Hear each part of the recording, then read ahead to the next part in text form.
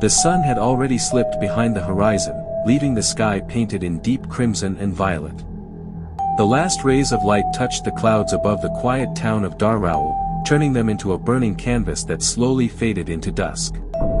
Mist began to rise from the river that cut through the town, curling along the narrow, twisted streets. Most of those streets were still paved with old cobblestones, though a few had been covered with fresh asphalt. The fog spread into every corner, softening the glowing windows of the houses. Behind those windows, the yellow light of lamps shone warmly, but through the mist, it looked mysterious, almost magical. The streets emptied quickly, as they always did at nightfall. Only a few late passers-by hurried home, their steps echoing faintly between the buildings. Yet there was no one to notice them. Not everyone had hidden away in their fragile brick boxes, houses that gave only the illusion of safety. People themselves were often the source of danger.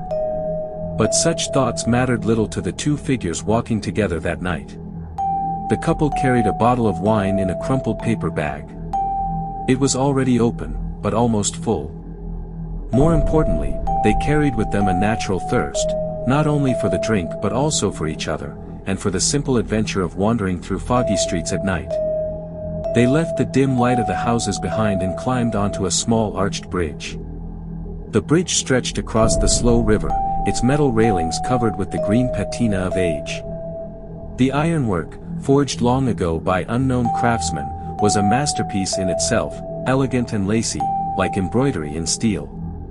The two of them stopped near the middle of the bridge and leaned casually against the railings, treating the delicate design as though it were nothing more than ordinary iron. Below, the dark water drifted silently into the distance. The young man raised the bottle, took a long drink, then offered it to the girl beside him. She only touched it briefly to her lips before handing it back. "This is the Mermaid's Bridge," the girl said suddenly. "Do you know why it's called that?" The river mist thinned for a moment, as if the night itself wanted to hear her question. The town grew quiet, and their voices carried far in the silence. The boy shrugged. "I've heard something, about a girl who jumped into the river and turned into a mermaid." The girl tilted her head slightly, her eyes fixed on the water. "Do you know why she jumped?" He gave another shrug. "She was left at the altar," the girl continued.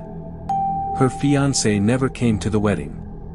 Dressed in her bridal gown, she climbed onto these very railings," the girl touched the cold metal lightly with her hand. "And she stepped into the water."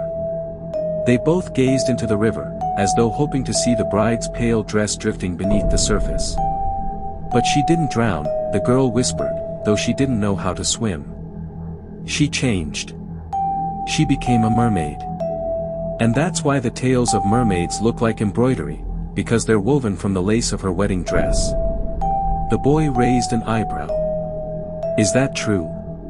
The girl nodded with quiet certainty. "In any of the nearby houses," she said with a smile, "people will tell you that the wedding was held in their home. Every family claims it." She laughed softly at the thought. The boy shook his head. "No, I've heard this story 100 times. What I want to know is, who saw her tail? Who described it? Who could tell us about the embroidery pattern?" "Maybe," the girl said, her eyes still locked on the black surface of the water, "those who stood on this bridge and looked down." The boy raised the bottle again, took another drink, and joined her in staring at the river. But the water gave no answers. Its dark skin hid all secrets. He turned away from the railing, facing the girl. She had not moved, her gaze still drawn to the slow current. "They say," the boy murmured, "that since then, every bride abandoned on her wedding day comes here. They step onto the bridge, and they end their lives in the river. Do you think they also become mermaids?" "Then the river would be full of them," she replied quietly. "You think so?" he asked with a faint smile. "Are grooms really so cruel, so often?" But the girl said nothing. He stepped closer to her, lowering his voice. "Shall we go on? Find somewhere warmer?" "Wait," she said suddenly. "Look there." Her hand shot out, pointing toward the water below. The boy leaned forward, too eager, bending dangerously over the railing as he tried to see what she had noticed. What happened next would have shocked any unseen witness. The girl's hands gripped his legs. With a sharp tug, she pulled upward. His body tipped over the railing. Arms flailing, he fell headfirst into the river with a splash that sent ripples racing across the dark surface. But stranger still was what the girl did next. Without a pause, without even a cry, she climbed the railing herself. Her movement was fluid, practiced, like that of a diver. She leapt gracefully into the air and slipped silently into the water, vanishing without a sound. If someone had been watching from the bridge at that exact moment, if by miracle they had rushed to the very spot where the two had stood, they might have caught a glimpse in the depths. For a heartbeat, something glittered beneath the surface, the glimmer of a tail, large and powerful, like that of an enormous fish. Yet the old townsfolk of Darrowell knew well, there were no such fish in that river. But there were no witnesses that night. The streets were empty. The fog had swallowed the last passers-by. And no one stood upon the Mermaid's bridge to see the strange fate of two young souls who vanished into the current. The town remained silent.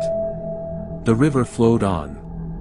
And the mist closed again over Darrowell, as though it had never revealed its secret.